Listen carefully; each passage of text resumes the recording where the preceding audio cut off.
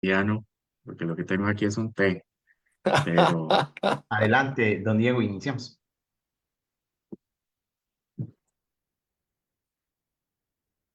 iniciamos. Correcto, adelante. Muy buenas tardes, señores y señoras. El Instituto de Investigación en Educación de la Benemérita Universidad de Costa Rica les da una cordial bienvenida a este conversatorio internacional sobre didáctica y transformación educativa, educar con amor y esperanza, en el marco de los proyectos Actualización Permanente para Docentes de Educación Primaria y la Red TIPUS, Red Docente de América Latina y el Caribe del Nodo Costa Rica. Esta conferencia está siendo transmitida en vivo a través del Facebook Live del Instituto de Investigaciones en Educación. Extendemos nuestros saludos a la comunidad universitaria y a las personas que nos acompañan en la transmisión desde diversas latitudes. Este conversatorio se marca en el compromiso por repensar la didáctica como un proceso integral donde el conocimiento, la sensibilidad y la ética se articulan en favor de una educación transformadora. Bajo el lema Educar con amor y esperanza, nos proponemos reflexionar sobre el papel del afecto, el cuidado y la esperanza en las prácticas pedagógicas contemporáneas. A través del diálogo con nuestro conferencista, abrimos un espacio para explorar cómo es posible construir comunidades educativas más humanas, inclusivas y comprometidas con el bienestar de todos y todas. En esta tarde tenemos el honor de compartir con el doctor Faber Andrés Alzate, doctor en educación con especialidad en mediación pedagógica, con una amplísima trayectoria en docencia, la investigación, extensión y la gestión universitaria. Ha asumido diversos cargos como el de decano, vicerrector y rector en diversas instituciones de educación superior de Colombia. Sea usted muy bienvenido, doctor Alzate, un placer y muchísimas gracias por tomar de su tiempo para compartir de este espacio. Un saludo muy especial, doctor Diego, y a todas las personas que nos ven el día de hoy. Sin duda, esta invitación para mí es muy importante en la medida en que va a permitir que conversemos, como diría Humberto Maturana, es decir, podamos lenguajear, podamos poner sobre la mesa algunas ideas sin el propósito alguno de condicionar o sin el propósito de de crear algún tipo de, ¿cómo llamar eso? Como de filiación o de comunidad cerrada de conocimiento, ¿no? Sino poder conversar alrededor de unos asuntos que son bastante importantes en el marco de una gran categoría que bien has planteado y se llama didáctica, ¿cierto? Entonces, espero que ese espacio sea muy enriquecedor para todas las personas que nos escuchan. Muchas gracias, don Faber. Me decía usted que bueno, va a realizar su exposición a través de una introducción general, a través de una serie de ideas clave, ¿verdad? Que usted va a ir desarrollando y posteriormente entonces eh, comenzaríamos con ese turno de preguntas que tenemos preparadas como para iniciar con la conversación. Total, yo creo que es fundamental que la audiencia pueda también tener unos puntos de partida para que llevemos a cabo la conversación y más teniendo en cuenta que alrededor de los temas de educación, la didáctica no es ajena a ellos, pues pueden haber muchas formas, maneras de abordarlos y también muchos puntos de vista, muchos desde donde diría yo epistemológicos.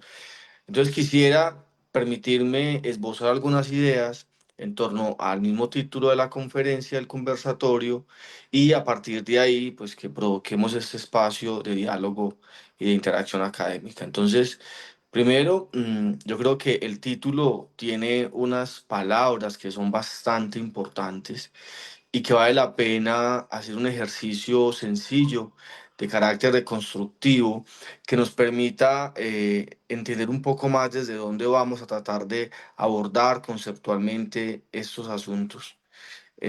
Tratar de la semántica, de acercarnos, aproximarnos a lo que queremos decir el día de hoy, lo que queremos conversar. Y entonces yo quiero situar tres palabras muy fuertes que hay allí. Uno, la palabra didáctica. Dos, la palabra transformación. Y tres, la palabra educar o educativo.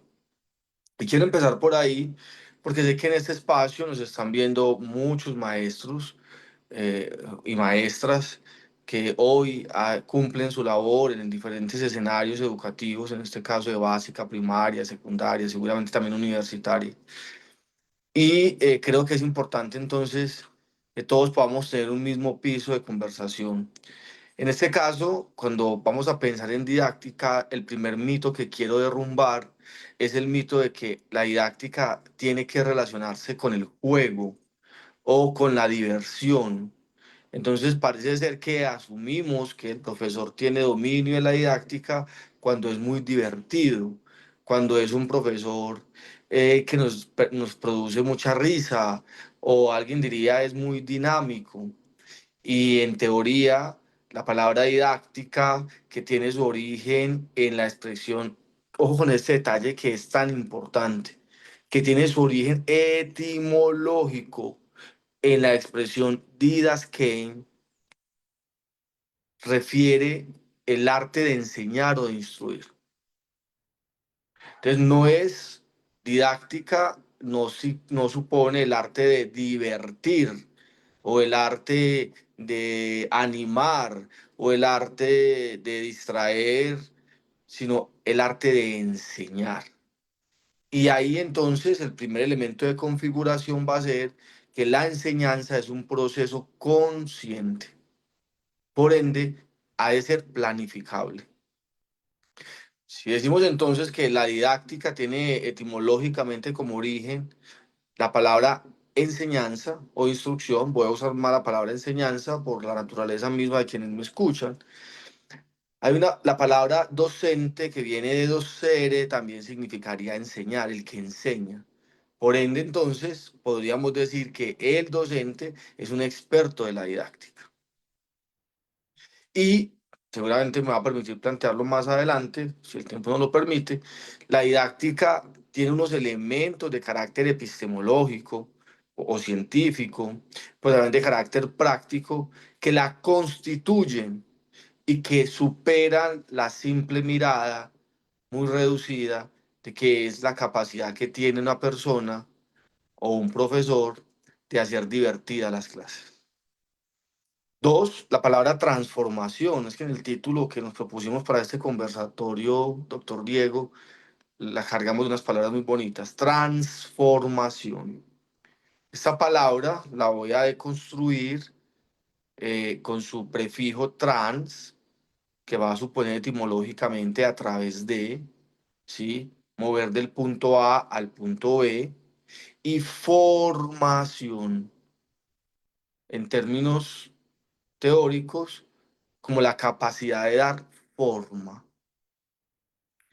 Entonces, en este conversatorio, no solo vamos a tratar asuntos de la enseñanza en sentido estricto para entender cómo poder mejorar nuestros procesos, nuestro ejercicio, perdón, de práctica pedagógica, desde la perspectiva del docente, que son los que nos escuchan hoy, sino también que vamos a pensar en clave de las transiciones que tenemos que dar para dar forma al proceso educativo, para dar forma a las concepciones y comprensiones que sobre pedagogía, sobre didáctica, sobre evaluación, sobre currículo podemos tener.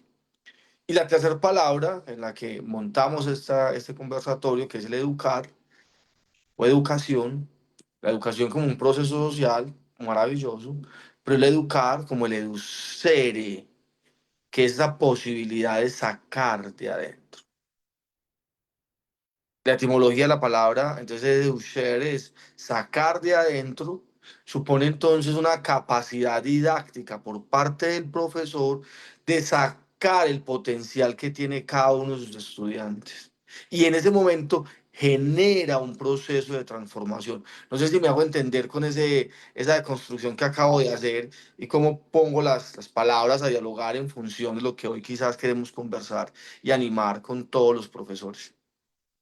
Entonces, en teoría, lo que quiero plantear de base es que el proceso educativo es un acto de transformación y la didáctica va a ser el instrumento a través del cual, alguien me diría, no diga instrumento, diga medio, bueno, el medio Otro diría, no, el saber científico a través del cual, ¿cierto? Ya podríamos darnos un seminario alrededor de la epistemología de la didáctica, pero no es el sentido del conversatorio, pero digamos que va a ser ese medio a través del cual logramos esa transformación de la persona o de las personas en un entorno educativo.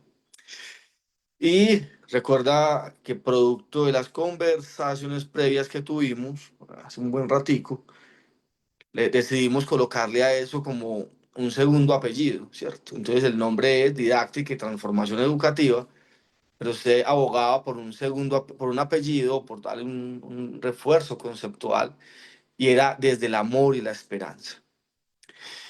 Y totalmente convencido, y no porque pretenda yo hacer acá un ejercicio de sensibilización, simplemente muy básica, utilizando palabras rimbombantes como amor y esperanza, sino porque soy un convencido, al igual que todos ustedes, que la educación, al ser un proceso de vida, ha de conectar con muchos asuntos, entre ellos con dos muy importantes: el amor y la esperanza. La esperanza del papá que lleva a su niño a la escuela, convencido de que allá le van a ayudar a ser lo mejor ciudadano. La esperanza del papá o del político o del ciudadano en la escuela. Y por eso parece ser que no ir a la escuela todavía, pues digámoslo así, parece ser que todavía para muchos no ir a la escuela es un asunto vergonzante. ¿Por qué? Porque la escuela te da altura, te da estatus. La escuela cumple una función importante. Entonces, por eso en el fondo, desde esa perspectiva de que el que no va a la escuela está en riesgo, el que no va a la escuela no le va bien, el que no va a la escuela seguramente no tendrá muchas oportunidades, guarda en el fondo un acto de esperanza. Pero además, ¿cómo no evocar el asunto del amor si yo creería que es uno de los principios fundantes de quienes hemos decidido ser maestros por vocación y no por obligación o por casualidad? Porque quienes hemos vivido la experiencia del aula, tú bien lo dijiste ahora, yo he sido profe desde el grado, desde primaria hasta el grado universitario, y aparte pues he tenido la oportunidad de ser directivo, docente, siempre he comprobado que tiene que haber muchísimo amor en el corazón de un maestro para todos los días levantarse con la convicción de que puede sacar adelante esos 20, 30, 40 estudiantes que la institución le ha entregado. No sé cuántos estudiantes normalmente tiene un colegio en Costa Rica, pero en Colombia, por ejemplo, las aulas pueden tener entre 30 y 40 estudiantes. Entonces el profesor, cargado de ese amor, el que busca todos los días transformar la vida de esos chicos. Y es donde uno dice, cuando voy a poner el ejemplo de mis sobrinas, en estos días que fui a la escuela, a algo con mi hermano, y fue muy bonito porque la profesora estaba enseñándoles a multiplicar por tres cifras. A mí me costó mucho, cuando yo estaba en tercero, me costó mucho aprender a multiplicar por tres cifras. Entonces se me evocó ese recuerdo, pero yo desde la ventana veía a la profesora hacer de todo para que sus estudiantes aprendieran o entendieran el algoritmo de la multiplicación por tres cifras. Eso sacó un títere, eso hizo hasta teatro, le hacía en el tablero a los números como forma de animalitos, o sea, se notaba el amor con el que ejercía su profesión. Y eso que ese era un colegio privado donde hay 20, 10, creo que 15, 20 niñas en un salón. En un colegio público en Colombia pueden haber 30, 40 estudiantes o más. Y aún así el maestro se las ingenia para que del amor pueda lograr la transición formativa de no saber multiplicar por tres cifras a multiplicar por tres cifras, de no saber leer a saber leer, de no saber escribir a escribir, de no saber factorizar a factorizar, de no saber cálculo integral a saber cálculo integral. Y eso entonces en la didáctica se va a llamar transposición didáctica. Dirían los franceses, muy en la lógica de las didácticas específicas, que es transposición didáctica la capacidad que se tiene de hacer enseñable un saber científico o un saber. Entonces Marta Liliana, una profe de la tecnológica de Pereira, dice en su libro Saber sabio, saber enseñable. ¿Cómo logra el maestro ese saber sabio, especializado, volverlo un saber enseñable que llega al corazón, a la mente y a la experiencia misma de los estudiantes? Eso, entonces, en palabras más técnicas, es lo que vamos a conocer como transposición didáctica. Quiere decir entonces que educar con amor y esperanza es una transposición, es hacer transposición didáctica de manera permanente en el escenario de lo educativo. Y de alguna manera, pues, los retos que tenemos allí es entender que hoy la escuela, en todas sus expresiones, desde la básica, primaria, la universitaria, necesita que los maestros sigan apostando por transformar sus prácticas pedagógicas. Hay un texto de Luis Nott que se llama Pedagogía del Conocimiento. Y él habla allí de habla de cuatro, pero yo voy a usar tres estructuras de conocimiento pedagógico. Y voy a usarlas para precisamente fundamentar eso que acabo de decir desde la perspectiva de lo didáctico. Él habla de las pedagogías heteroestructurantes para relacionar todos los modelos pedagógicos, prácticas docentes, sistemas de evaluación, currículos, que están diseñados para que el maestro sea el todopoderoso. Es decir, que el qué, cómo, dónde, para qué, con quién, lo define el maestro. Y la razón de ser de la escuela es el maestro. Y ahí, uno de los grandes modelos pedagógicos que caben es el modelo tradicional o conductista, o basado en un enfoque conductista. Y yo creo que eso ya está mandado a reevaluar. No sé si todavía en algunos países existe la figura de que la letra con sangre entra, y eso ya está mandado a recoger. Pero los modelos heteroestructurantes existieron porque giraba en torno a la figura del profesor. Es decir, él es el que sabe y él es el que determina los ritmos de aprendizaje y que determina las condiciones del proceso de enseñanza. Y la base de los modelos heteroestructurantes son el uso de la memoria, la vivencia de la moral, ¿sí? Y eso de la experimentación, nada que ver. Aquí es memorizando. Usted era muy buen estudiante si era capaz de memorizarse lo que el profesor enseñaba. Luis No luego habla de los modelos autoestructurantes, que recoge todas las corrientes opuestas que se dan por allá con el constructivismo, donde se empieza a decir que el estudiante no es una tabula rasa, que el estudiante no es un sujeto, que no es un depósito de saber, que se llena de saber, perdón, sino que el estudiante puede crear también, es un sujeto inteligente que tiene la capacidad de razonar, de elegir y de definir sus propias rutas o mecanismos de aprendizaje. Y tiene el soporte, lo que vamos a conocer como el constructivismo piagetiano, donde pues lo que se pretende realmente educar es la mente. Y la escuela se mide desde la perspectiva de lo cognitivo. Y ahí el maestro, si en el primer escenario el maestro era el que determinaba qué, cómo, dónde enseñar, y por lo tanto, pues su tarea era repetir año tras año lo que decía el libro y lo que ya se sabía de memoria. En el segundo escenario, los modelos educativos, el maestro ya no funge como el experto y el que tiene que saberlo todo, sino simplemente como el que media o el que orienta y le permite al estudiante en autonomía crear sus propias estrategias o develar sus propios intereses de aprendizaje. Y para el primer mundo pedagógico, que es la heteroestructuración pedagógica, la didáctica se configura desde la repetición, desde el dominio de la magistralidad, de la repetición, etcétera. Mientras que en el segundo ya empezamos a pensar una didáctica que se basa la capacidad de entender el dominio de las propias disciplinas. Y entonces ya no se le enseña todo a todos, sino que hay que enseñar desde la especificidad de cada disciplina, desde unas formas y unos métodos específicos. Entonces, por eso, ahí nace con mucha fuerza lo que se va a conocer. Pasamos de la didáctica general a las didácticas específicas. Creo que tú eres biólogo, ¿cierto, Diego? Licenciación en biología, ¿no es así? Creo. Enseñanza de la química. Ah, casi le doy. Por ende, entonces, hay unas didácticas específicas para la enseñanza de la química que no pueden, son similares a las didácticas propias del campo, por ejemplo, de las ciencias sociales o de las matemáticas o de la educación física.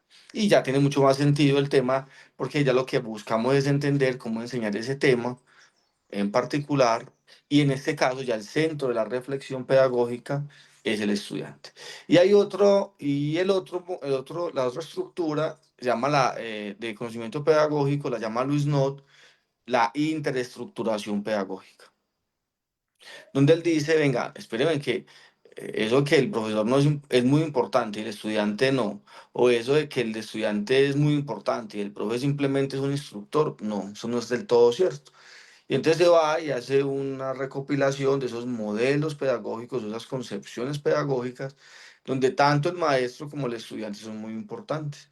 Y se basa en lo que vamos a conocer luego como el neoconstructivismo o el constructivismo social, muy en la línea de Vygotsky, toda la teoría de desarrollo, toda la teoría se me fue, de zona.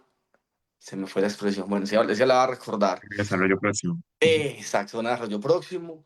Y empieza a entenderse que el estudiante necesita de las realidades que lo rodean para poder construir ese saber y para poder construir esa experiencia de aprendizaje.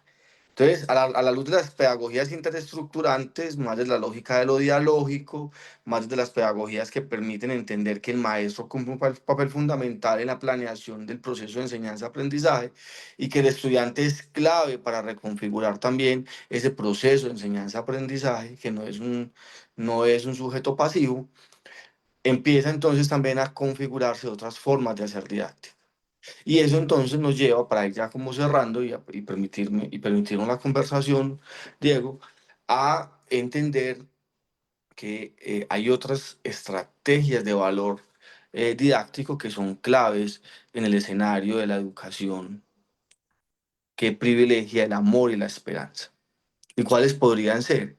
El aprendizaje basado en proyectos, el aprendizaje basado en problemas, el aprendizaje basado o el aprendizaje por descubrimiento, ¿sí?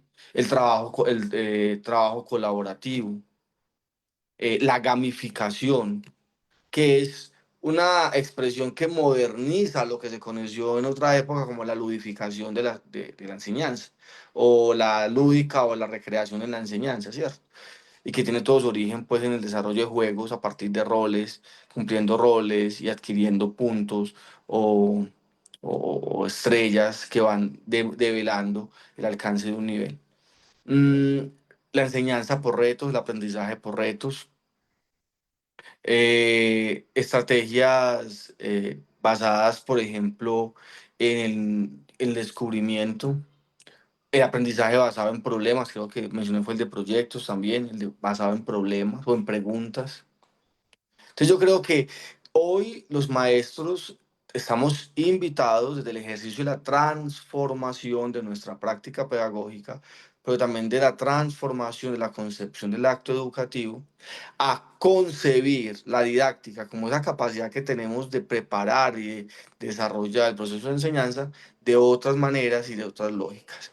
Y ahí entonces, de manera cliché, hay que hacer unos cierres importantes y es, no es lo mismo pensar la didáctica, o sea, lo digo de otra forma, no es lo mismo pensar el proceso de enseñanza, simplemente desde el rol de la transmisión a pensarla desde el amor, ¿sí? Entonces aquí voy a hacer alusión a ese caso que les contaba de la profesora, que se levanta todos los días convencida de que va a la escuela no por lo que le pagan, sino por la responsabilidad y por el gusto que tiene de transformar la vida de los estudiantes, de sus estudiantes.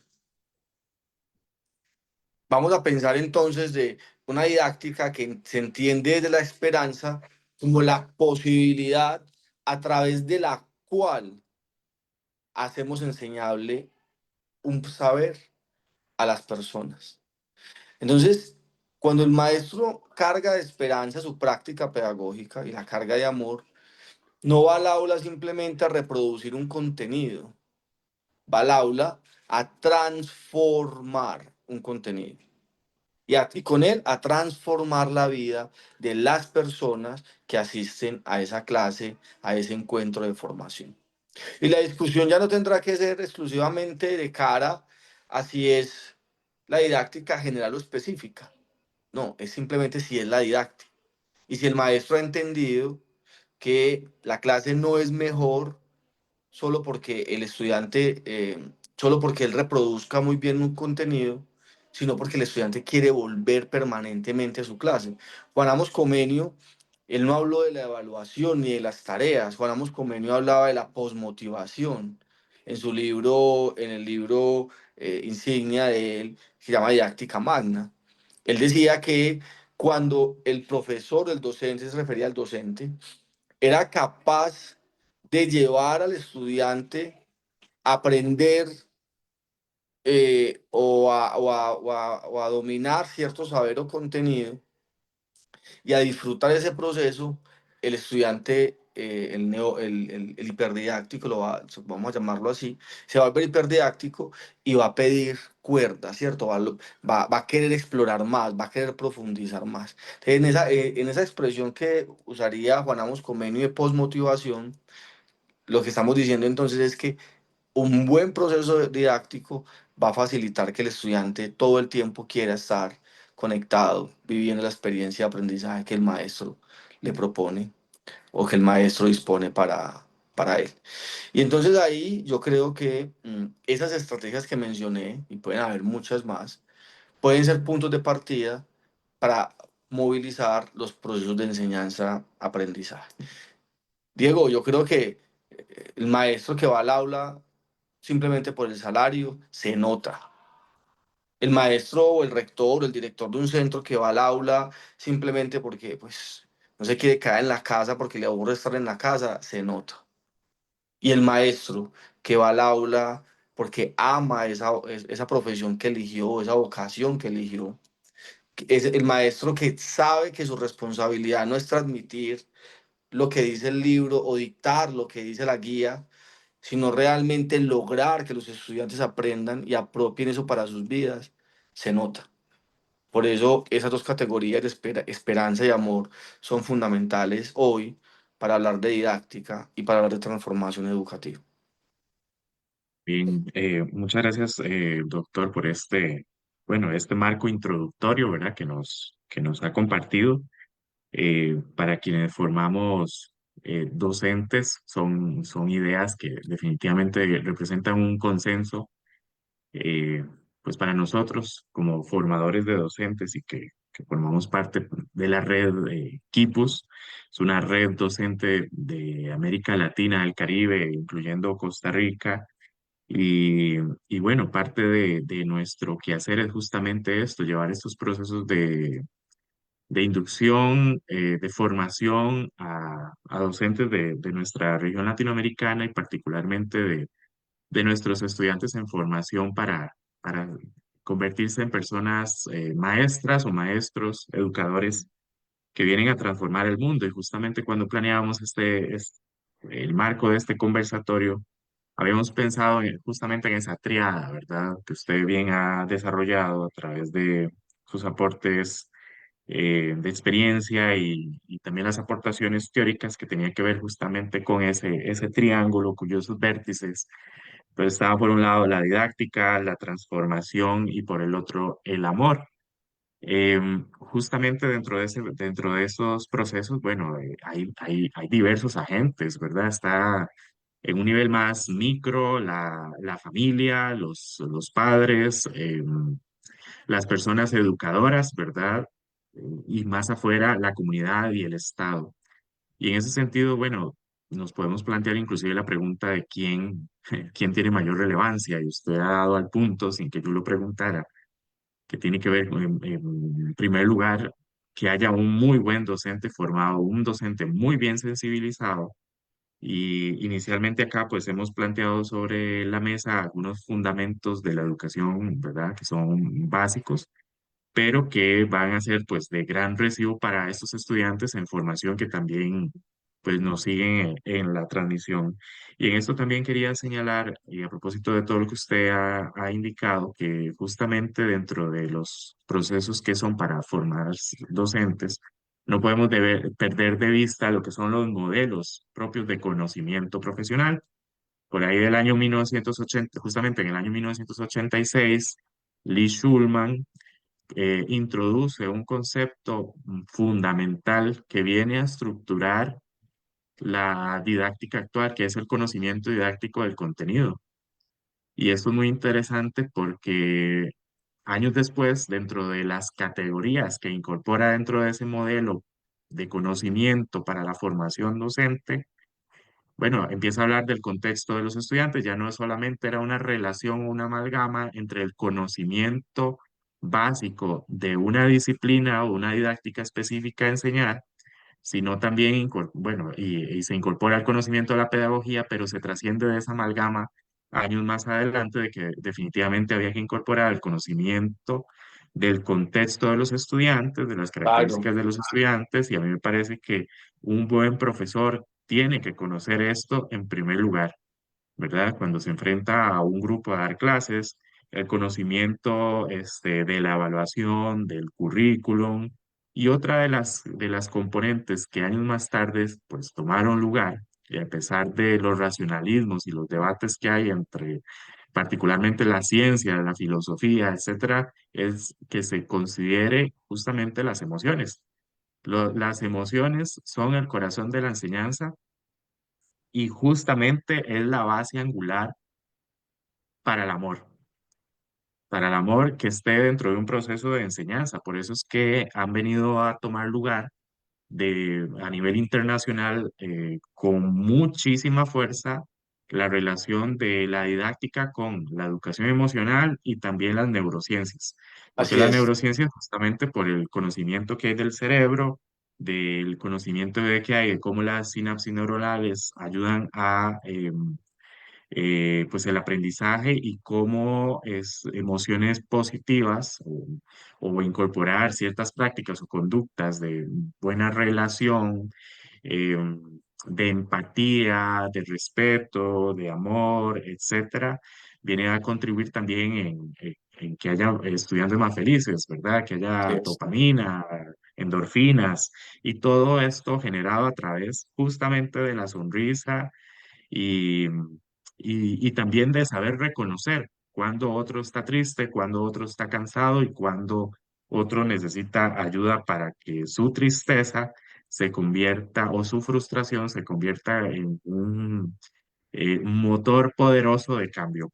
Y en ese Diego, sentido, digamos, a propósito de las emociones y del amor, yo quisiera plantear una pregunta Diego, pero y es permíteme, Diego, ¿me cómo, permites un segundo? señor, De pena, dame claro, un segundo, te dejo la pregunta ahí en visto, pero quiero decirte, plantear algo y que creo que es importante a propósito de la disertación. Uno, de ahí que la didáctica, cuando muchos creyeron que al hablar de didácticas específicas se resolvía el problema del método, y olvidaron algo que es muy importante, tú lo acabas de mencionar, y es que es necesario entender el contexto donde se va a desarrollar el proceso de enseñanza. Porque yo puedo saber cómo, yo puedo desde la didáctica que aprendo en la universidad, cómo enseñar, no sé, la multiplicación o enseñar cómo se, química orgánica, o puedo saber cómo enseñar eh, literatura. Pero cuando yo como profesor desconozco las realidades contextuales donde voy a ejercer el proceso de enseñanza, literal, la didáctica pierde su piso, o el ejercicio de la comprensión metódica del hacer didáctico pierde piso. Porque no es lo mismo hablar en caso de Colombia, enseñar ese tema en la ciudad capital, donde en las aulas tienen computadores, puede que haya simuladores, puede que haya condiciones de infraestructura adecuadas para eso, a enseñarlo en un municipio que está alejado de la ciudad central, donde cuando más llega la luz cada 2 horas, donde de pronto lo único que hay es una pizarra y 40 sillas, y el maestro sigue creyendo que tiene que enseñar ese tema tal como lo aprendió en su clase didáctica, ¿no? Específica. Entonces, uno es que sí creo que es fundamental el tema de que hablar de didáctica supone entender el contexto de aplicación. Pero dos, también tiene que ver con algo, y es que aún en el marco de las de la neurociencia, hoy hablamos en Colombia de neuropedagogía, aún en el marco del tema de que hay que educar desde las emociones y todo eso, yo sí creo que hay un asunto, Diego, muy importante, y es que pues el maestro no podemos caer en la lógica de que, porque hoy hablamos de neurociencia, hablamos de manejo de emociones, el maestro tiene que ser es decir, un creador de emociones específicas o particulares permanentemente, ¿cierto? O sea, es que también le estamos indilgando un montón de responsabilidades a un profesor, y entonces también eso también lo lleva a él a una crisis, ¿cierto? Entonces el maestro no puede creer que, pues no podemos creer que el maestro tiene que pasarla todo el tiempo sonriendo cuando pues, para él lleva 30 años de su vida o 20 años, y pues no tiene una cara o no le gustó sonreír, y eso no determina que su clase pueda ser mejor o peor. Pues no sé, quería como caer ahí en la nota Sí. de eso. Y justamente ese marco creo que es importante y es una de las últimas preguntas que yo más adelante voy a plantearle porque, bueno, vivimos una época de fuertes tensiones y la actividad docente muchas veces muy ingrata, ¿verdad? Creo yo que no está dejando espacio para el bienestar de la persona docente y es lo que está sucediendo, que haya fuerte incidencia en relación con la salud, ¿verdad? De las personas, de su salud mental, su salud física, emocional, espiritual, eh, que al final eso también se traslada a la propia actividad. Y justamente con esas acotaciones que usted acaba de señalar, Em, le pregunto cómo se traduce el amor en una práctica educativa concreta sin caer en un proceso de la perdón, cómo se Mantización, traduce el amor en una práctica educativa concreta sin caer en la romantización de la enseñanza. Porque justamente esto es algo es que discutimos a veces con los estudiantes que empiezan el primer año cuando les damos los cursos de introducción o como fundamentos de la educación y notamos que traen una visión muy romantizada acerca eh, de la enseñanza. ¿Cómo hacemos para dar un giro hacia una transformación de esa concepción? Mira, doctor Diego, que yo tuve mi gusto por las matemáticas cuando estudié por allá, cuando fui normalista, que me escogí el énfasis en matemáticas, tuvo origen en una profe que lo que menos hacía era sonreír, pero tenía una magia para enseñar las matemáticas que me marcó toda la vida. Y entonces a propósito de la pregunta, cuando la haces, la evoco a ella y empiezo a pensar en cosas hoy desde el saber que poseo, por producto pues del estudio alrededor de estos temas, que era, primero, ella dominaba muy bien su campo de conocimiento. O sea, era una mujer súper tesa. Yo nunca la vi leer ni del libro ni de un cuaderno. Ella planeaba, porque mantenía un folder, me acuerdo que era hasta azul, y planeaba sus clases. Yo no sé si en esa época, hace 30 años, le pedían planear, no sé, pues desconozco. Pero hoy en día uno sabe que el profe sí tiene que llegar al salón con un planeador y todo. Pero ella llegaba con su folder y lo que hacía era al final hasta escribir cómo se había sentido en su clase. Pronto recuerdo el folder y ella planeaba, preparaba sus clases, pero no tenía que estar pegada del documento del libro. O sea, para mí, yo la recuerdo como una profe que sabía muchísimo. Dos, era una profe que ella no estaba en función de corcharnos, sino que el esfuerzo de ella, pues corcharnos en Colombia, corchar es mirar cómo hago que el otro falle, ¿sí? Fallar, ¿cierto? ¿Cómo hago que el otro se equivoque? Ella, ella lo que hacía todo el tiempo era buscarme la manera de que nadie terminara la clase sin haber entendido el tema. Y sucedían cosas como si Carlitos o Juanita o Faber por alguna razón no daban, ella colocaba un ejercicio y a esos dos o tres se sentaba con ellos y les explicaba. Entonces, a los que supuestamente habían entendido el tema, los dejaba avanzar con un ejercicio, mientras ese mismo tiempo lo usaba ella para acompañar a... Era la profe más puntual, era supremamente puntual. Entonces ahí es donde uno empieza a decir, venga, hay un elemento fundamental, y es que el profesor tiene que dominar la disciplina que enseña. Eso es clave. Y Claro, al es claro. dominarla va a tener la capacidad pues de definir como las posibilidades que trae también de equivocarse, pero de definir cada vez una mejor estrategia de enseñanza.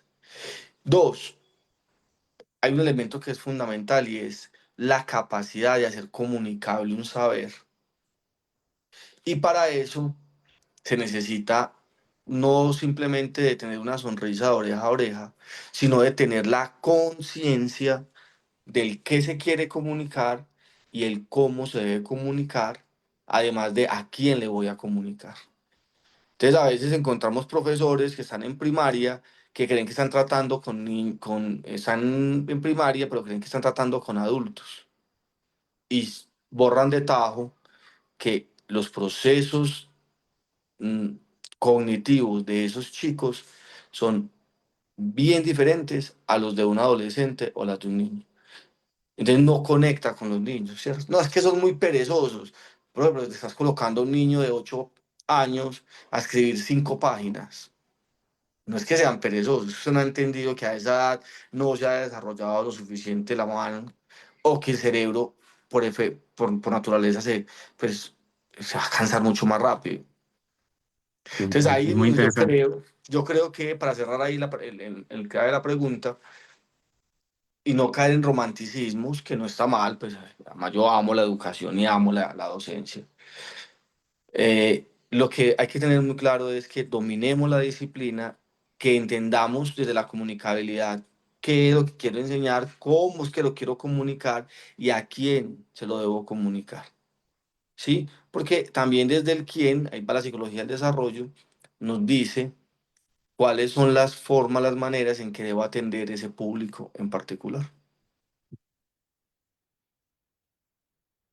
Excelente. Justamente a mí me parece muy interesante esto que usted acaba de señalar y espero que esta conversación luego pueda ser repasada por nuestras estudiantes de la facultad, porque justamente, bueno, hablamos mucho de esto, ¿verdad?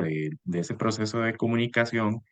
A manera anecdótica, la semana pasada con un grupo de estudiantes de cuarto año que también se están preparando para ser maestros, comenzamos con una serie de simulaciones, porque el proceso es muy importante, el modelaje, ¿verdad? Y están en proceso de transición hacia la práctica profesional.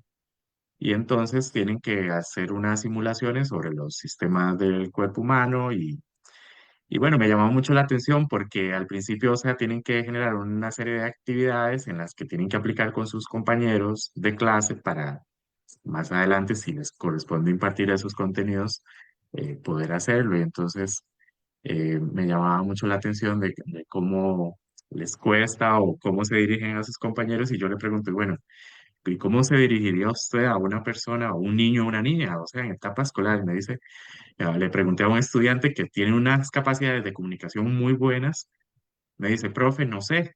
Y yo, bueno, qué interesante esto, porque sí, o sea, usted está en proceso de aprendizaje para formarse como maestro, pero es justamente el conocimiento práctico profesional que va a ir desarrollando en interacción con esta población con la que va a trabajar, que va a ir adquiriendo esas habilidades o esas destrezas para saber cómo Así deben es, interaccionar, porque quienes somos formadores de docentes vamos viendo perfiles en virtud de cómo se comunican en nuestra asignatura, ¿verdad? Nuestros así es. cursos. Y esto es muy interesante porque nosotros mismos como formadores los vamos identificando y vamos viendo quiénes tienen esas mejores capacidades desarrolladas y a quiénes les cuesta más. Ve uno muchos estudiantes muy tímidos, un alto porcentaje muy tímidos. Y por eso es que hay que estar ahí promoviendo esto, ¿verdad? Para ir saliéndonos un poco de esa visión a veces un poco romántica, porque dar el salto, esa transición hacia el componente práctico les cuesta y es difícil, pero por supuesto que se logra. Diego, Entonces, en ese proceso, sí. no, no, vale, termina, termina. Ajá, yo quisiera como preguntarte, ¿verdad? Bueno, en primer lugar, ¿cuáles habilidades, valores debemos promover en nuestros estudiantes, por ejemplo, los que están en formación, para situarse e ir más allá de estos fundamentos que usted nos ha hecho un repaso al inicio, pero que sea verdaderamente una didáctica en busca del amor y de la transformación social de nuestras comunidades y nuestros pueblos? Ok, quería decirte cuando te interrumpí, qué pena, era decirte que en Colombia hace unos años se tomó una decisión por decreto nacional de que todas las licencias, en Colombia para ser profesor, usted puede o estudiar una carrera X o estudiar licenciatura.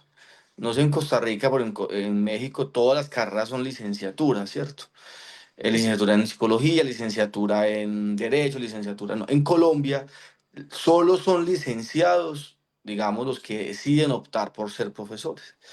Se tomó una decisión por decreto, era que todos los programas de licenciatura que formaban maestros tenían que incluir en su plan de formación o currículo un número importante de créditos que puede llegar a alcanzar hasta el 30% del total de los créditos de un plan de estudios. Y eso ha llevado a que las universidades desde el primer semestre al último tengan asignaturas de práctica pedagógica.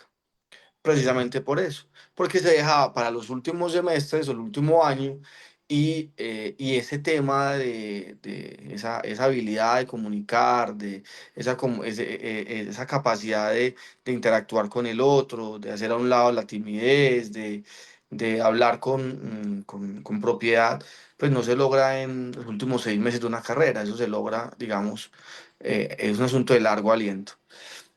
Ahora, de Carlos, como me estás preguntando, yo creo, doctor Diego, y a todos que nos escuchan, que la educación en sí misma es un cúmulo de valores y de principios que van a responder a un momento histórico. Cuando mi mamá me decía que a ella, cuando se portaba mal, le daban con la regla en la mano, o que arrodillaban a un compañero en maíz, o lo colocaban al frente en el tablero con unas orejas de burro o con unos libros y con las manos levantadas y libros en las manos, o mi abuela me cuenta, por ejemplo, cosas como esas, en ese momento histórico eso era permitido y era hasta bien visto. Eso de hacerlo hoy sería una aberración educativa pues, y psicológica. Entonces sí creo que los valores y los principios van a responder a un momento histórico. Y ese momento histórico nos va también a decir eh, cuáles deben ser los asuntos de valor, en este caso axiológico, que debe predominar en la escuela. Y por eso hablar de amor y esperanza no es del todo descabellado, porque hay quienes dicen que no estamos en la posmodernidad, pero digámoslo así, asistimos a una época, más desde la perspectiva de Bauman, a una modernidad líquida, una época líquida, en donde muchas cosas han perdido el fundamento y con ello se ha perdido la esperanza. Entonces sí creo que la escuela lo último que debe perder es el sentido de la espera, es decir, el sentido de la esperanza en sus maestros, en sus profesores, en sus padres de familia, en la comunidad circundante, en sus estudiantes. Yo todavía creo en la escuela tanto que guardo la esperanza de que si voy a la universidad a hacer un pregrado o si mando a mis hijos a la escuela es porque van a ser mejores ciudadanos de lo que yo me imaginaría si los dejara en mi casa. Entonces no se puede perder la esperanza como un principio fundamental de la educación y con ello pues de la escuela, que es el escenario de desarrollo de ese tema. Y dos, creo que el amor es el motor que lo mueve todo. El mismo Bauman lo dice en un libro que se llama Educación y Política. El amor es una energía tan poderosa que lo mueve todo. Y a través del amor, yo creo que podemos lograr grandes transformaciones. Dame un segundo, por favor. Dame un segundo, por favor. Un segundito.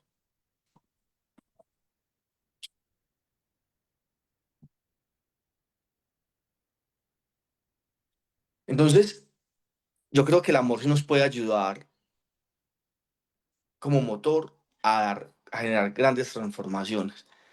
Un enamorado, vamos a usar un ejemplo quizás no muy escolar, pero para situar la conversación, un enamorado es capaz de ir del polo norte, del sur al norte, a ver la persona que uno dice ama. Y el tiempo no existe. La distancia no es límite, ¿sí? Un enamorado le pueden traer una chocolata o una galletita y wow, espectacular. Y usted no está enamorado y le pueden traer un super ramo de flores, le pueden invitar a la super cena y no encuentra la magia en ese super regalo. Entonces yo creo que el amor sí es un motor que nos mueve y que ha de mover el proceso educativo. Por eso necesitamos, doctor Diego, muchos más maestros enamorados de su profesión, muchos más maestros que no estén ahí simplemente porque no encontraron otra carrera donde matricularse o, o no tuvieron los recursos o no se dieron las condiciones para optar por otra cosa, sino maestros que elijamos la docencia como parte de nuestro principio de vida y a través de la cual nos desarrollamos y hacemos que otros se desarrollen. Entonces yo creo que de cara al conversatorio, esos dos valores son al mismo tiempo fundamentales. Ahora, la responsabilidad, el compromiso, la honestidad, sí, el liderazgo, el trabajo en equipo, son claves hoy en el mundo de la educación. Pero pues creo que todo eso se puede dar en la medida en que entendamos desde el amor y la esperanza que nuestro rol es un ejercicio, es un rol transformador, ojo, transformador de seres humanos, no de sillas, ni de tableros, ni de cuadernos. A mí ese cuento cuando un profesor montado, que porque hizo doctorado, maestrías, pues se monta en una nebulosa que le hace creer que su tarea es transformar el libro o el artículo que ya publicó y le importa ocho qué pasa con los estudiantes, eso me estresa muchísimo, porque en realidad la tarea del maestro no es la transformación de la silla o del libro, sino realmente la transformación de vidas y en este caso de seres humanos. Así es, y justamente en ese contexto actual, que es fundamental educar con amor y esperanza, ¿cómo divulgar esta didáctica en las instituciones formadoras de docentes y en la educación continua de los profesores?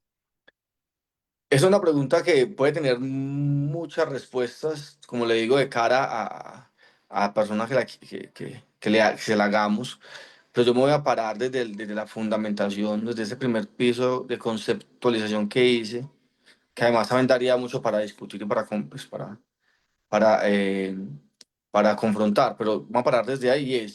Yo sí creo que primero a los maestros hay que enseñarles objetivamente qué es didáctica, a los maestros formados y en formación.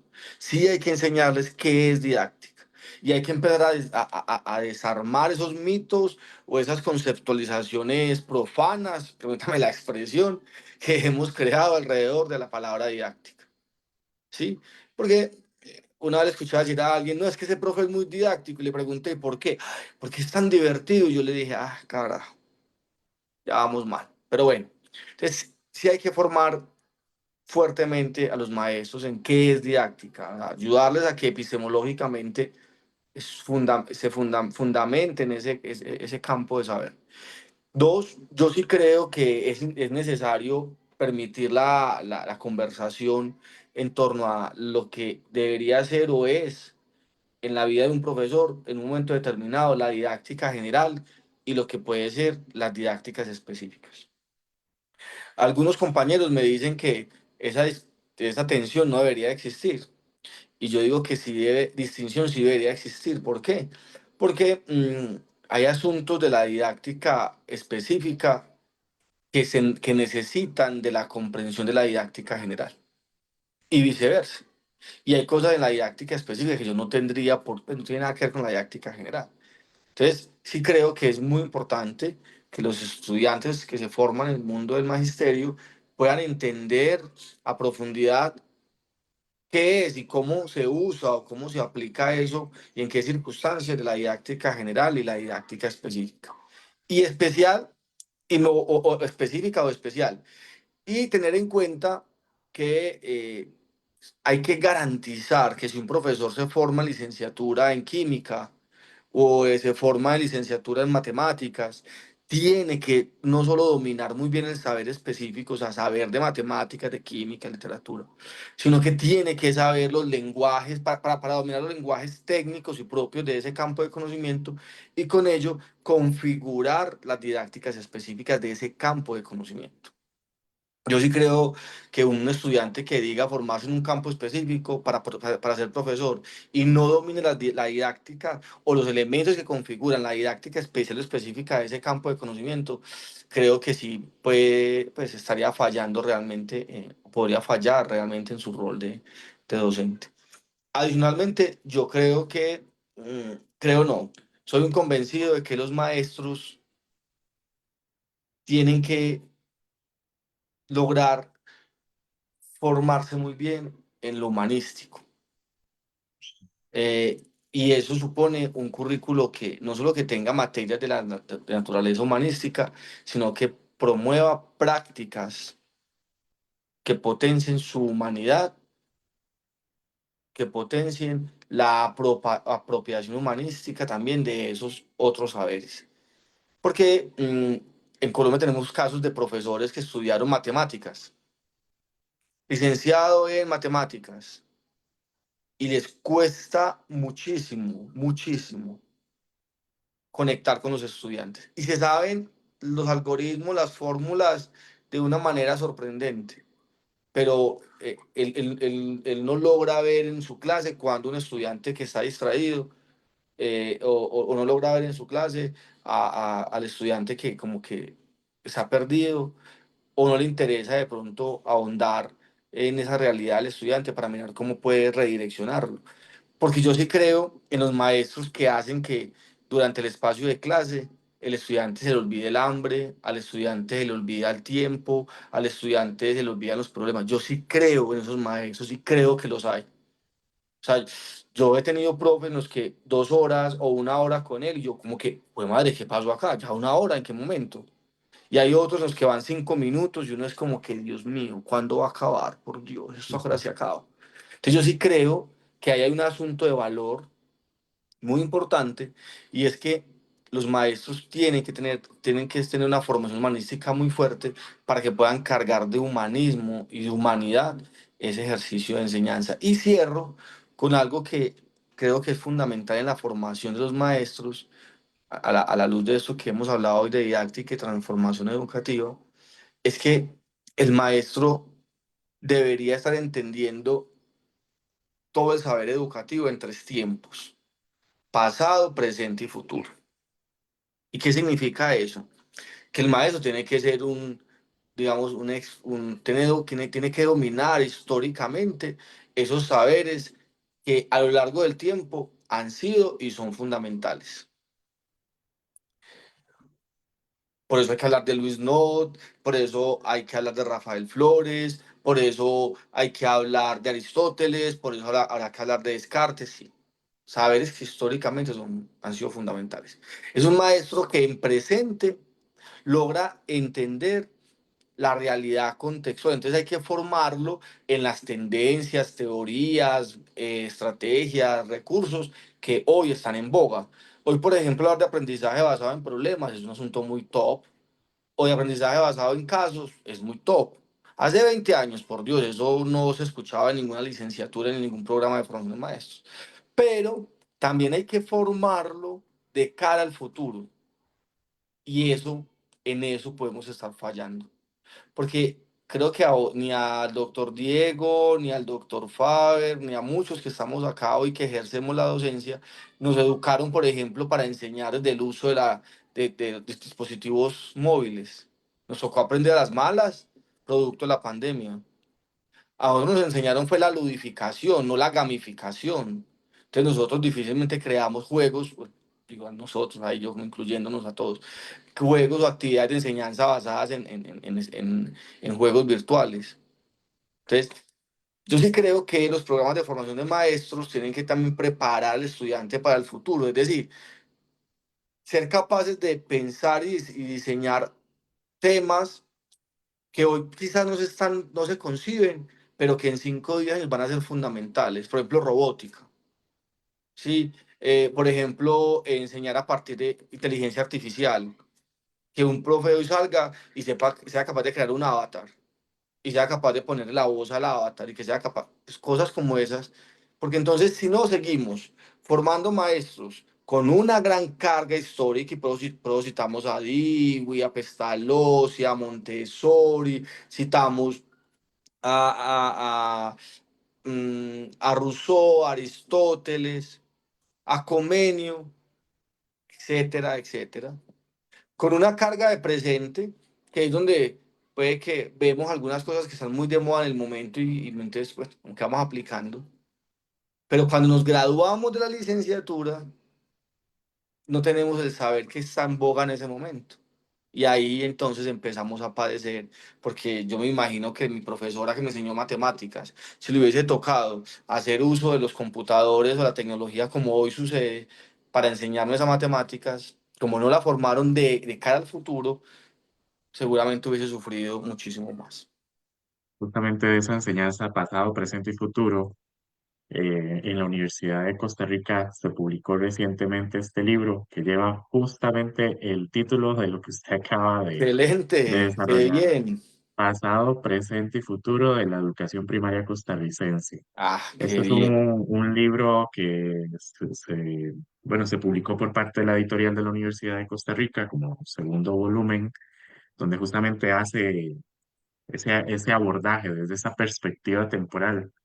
Justamente como usted acaba de señalar, pues esto da insumos importantes para ver cuáles son esos fundamentos, esos logros que habían en el pasado, que, no, que se tienen que recuperar, que son las bases para abordar el proceso formativo y pensar en cuáles son las necesidades de cara al futuro y de cómo los tiempos han venido cambiando y cuáles son esas metodologías o esa formación inclusive humanística para poder formar desde ese contexto a las generaciones venideras. Una cuestión que a mí me parece que también es fundamental y es que en el caso de un proceso de formación para docentes, sea de manera inicial o continuada, es que esto hay que hacerlo explícita y desde el modelo también personal del profesor. ¿Por qué explícita? Porque a veces, sobre todo digamos en el contexto cuando formamos educadores y es en la universidad, que quizás de pronto aparece un estudiante que dice, el profesor, ¿por qué usted está haciendo esto? ¿Verdad? Quizás se abrió un espacio para ver una noticia o una situación determinada en un contexto nacional, regional o internacional.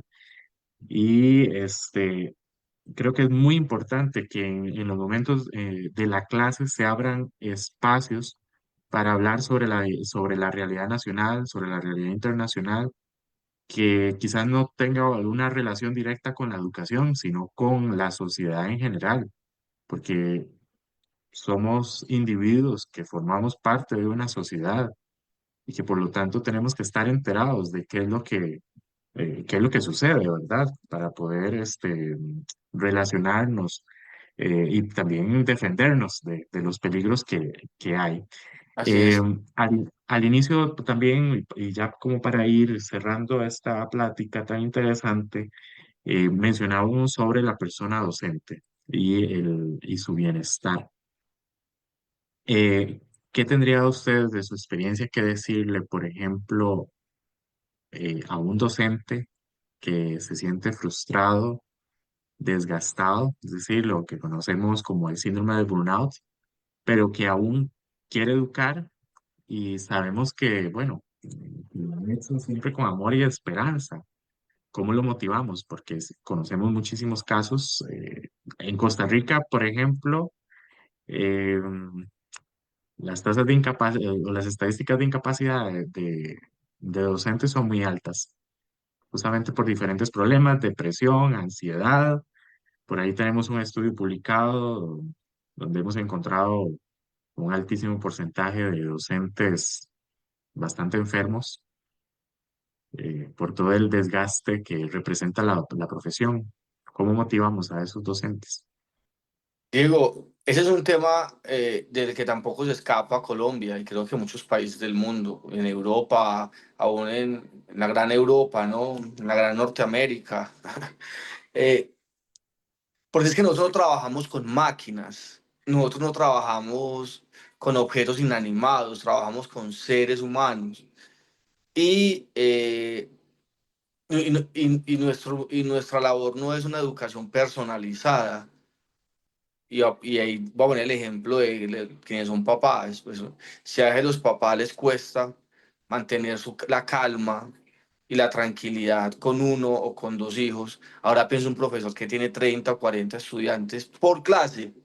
Y a veces cuando es profesoral, entonces pasa de dos o tres grupos, o sea que en un día puede tener 120 estudiantes Así es. diferentes, que traen al aula unas cargas afectivas o emocionales diferentes y que también eso incide, ¿cierto? Usted llega con su clase planeada, súper preparado y llegó a la clase y en ese momento se encontró con un grupo de estudiantes que nadie trajo el material para la actividad y usted le toca en ese momento mirar cómo lo resuelve. Y luego se encuentra que este no quiere hacer nada y que encima te insulta o te agrede o te reta o te encontrabas con una realidad y es que estás en la clase y se armó afuera de la escuela una pelea y tienes que proteger a tus estudiantes. No sé, es una profesión que trae consigo un montón de cargas y no me gusta mucho la palabra cargas porque yo hasta la he eliminado cuando he estado a cargo de docentes. Yo no hablo de que denle la carga al profesor, no, pero la voy a usar acá. Es una profesión que tiene un montón de cargas que son propias del oficio o que culturalmente las hemos instaurado. Entonces, el profe es psicólogo, es abogado, es orientador familiar, es nutricionista, etcétera, etcétera. Y además enseña un tema. Y yo creo que ahí está parte del problema de que los países desde los altos gobiernos no han entendido eso.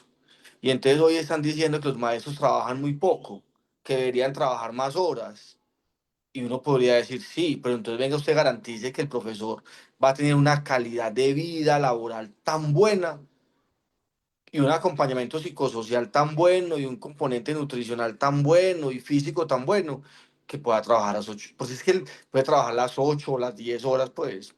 Pero en realidad el problema no se resuelve de cara a las horas. Es que no es lo mismo usted estar 8 horas en un puesto de trabajo digitando o hundiendo un botón o pasando un torniquete de un lado a otro a usted estar atendiendo vidas humanas, o sea, atendiendo 120 niños o niñas con todas sus cargas afectivas, económicas, pues, sociales y demás. Y además todo lo otro ya he mencionado. Entonces yo sí creo que es hora de que los gobiernos y quienes dirigen la educación se den cuenta de que hay que hacer unas transformaciones importantes de cara a la salud física, mental, eh, al bienestar de los profesores. Porque si ellos trabajaran con máquinas sería muy fácil. Y ahí sí, si se quejan mucho es que ya es otra cosa, pero es que trabajan con seres humanos. Y yo creo que también hay una realidad que tenemos que ahondar o revisar, y es que las universidades no nos dan las suficientes herramientas de tipo psicológico para afrontar, no para enfrentar, sino para afrontar esa realidad educativa. A mí no me da pena decir, cuando mi primer año yo fui, una cosa muy contradictoria, porque yo salí con honores, cuando salí como profesor, con honores. Y uno de los tantos honores que recibí fue la mejor práctica pedagógica. ¿Usted se imagina que es ganarse ese honor? O sea, tuvo que haber sido que yo fui un berriondo, como decimos en mi tierra, o sea, un man muy bueno en mis prácticas, cuando hice mis prácticas urbanas y rurales. Cuando yo salí al mundo laboral, yo no entendía cómo Faber, que había sido el mejor practicante por encima de muchos otros compañeros, llegaba a la casa a llorar y a llorar. Y mi mamá me consola y me decía, mijo, pues sálgase de trabajar. Y yo, no, ma, pero ¿cómo así? Es que, ¿cómo es que yo voy, doy una clase, me preparo la clase y le contaba todo lo que sucedía? Y yo lo digo con toda naturalidad, o sea, a mí eso no me da vergüenza porque es parte de nuestra propia humanidad y de nuestro propio perfilamiento. Y hoy me pasa, hoy no me pasa eso, porque uno va desarrollando el andamiaje con el cual potencia su proceso de enseñanza, pues, su proceso pedagógico. Pero es cierto, es que la universidad no nos da las herramientas para afrontar esa realidad. Ay, pero es que vemos psicología educativa, psicología del desarrollo. No basta con eso. Yo, por ejemplo, soy de los que pienso que si alguien estudiara psicología, no deberían darle el título de psicólogo hasta que no haya pasado por no sé cuántas terapias y un psicólogo diga, ya por lo menos ha logrado resolver sus propios conflictos, para poder que pueda entender y atender la de otros. Y lo mismo diría con los maestros. A los maestros habría que garantizarles eh, la, la, la, la, la, la, la capacidad o las herramientas para afrontar esa realidad que van a vivir. Y eso no se logra simplemente con darles una clase de psicología educativa o psicología del desarrollo. Eso se logra con que tengan profes de acompañamiento psicosocial, que asistamos a eso, que podamos tener un montón de herramientas y de recursos que nos permitan vivir más saludablemente nuestra experiencia o nuestro obrar profesional como educadores. Y adicional a eso, deberían pagarles mejor, deberían tener mejores condiciones salariales, mejores condiciones de bienestar. El club, va a ser pues, un chiste malo, pero algo así como el club no debería ser para la élite, sino para los maestros que pueden ir a jugar golf, que pueden ir a piscina, que puedan, o sea, deberían tener las mejores condiciones para que en realidad ese tiempo de reposo y bienestar les permita estar tan tranquilos y tan plenos que puedan todos los días estar recargados para hacer muy bien su trabajo y no incapacitándose producto del dolor del estrés, dolor de cabeza, dolor en el cuello, dolor en la cintura, depresión, ansiedad, miedo, etcétera, etcétera, etcétera. Pues es un chiste jocoso que quería hacer ahí, pero Pues yo creo que nos quedamos con ese chiste y con todo ese mensaje de motivación que nos ha compartido esta tarde. Más bien, le extendemos a usted invitación para que venga a apoyar la formulación de una política pública de bienestar en Costa Rica, donde definitivamente tengamos las personas docentes espacios como clubes para ir a relajarnos y, y tener pues un mejor bienestar, ¿verdad? Justamente para poder desempeñarnos en nuestro quehacer. Y bueno, hemos hecho acá un abordaje Diego, muy pero general. venga, quiero decir algo, ojo, pues por eso es que era un chiste, porque en realidad Claro, necesitamos eso, pero hay profes a los que les pueden dar eso vamos. y aún así viven estresados, viven aburridos, viven... O sea, el problema no se resuelve con que a uno le den simplemente la entrada al club o le den un día de piscina o el día libre. Exacto. Eso es una o sea, es un montón de variables, pero por eso digo que desde el ejercicio mismo de la formación hay que preparar a los maestros para que hagan ese proceso, vivan esa profesión de la mejor manera, porque no va a desaparecer la frustración, no va a desaparecer el cansancio, no va a desaparecer ¿cómo llamar eso? La decepción que da ciertas situaciones, etcétera.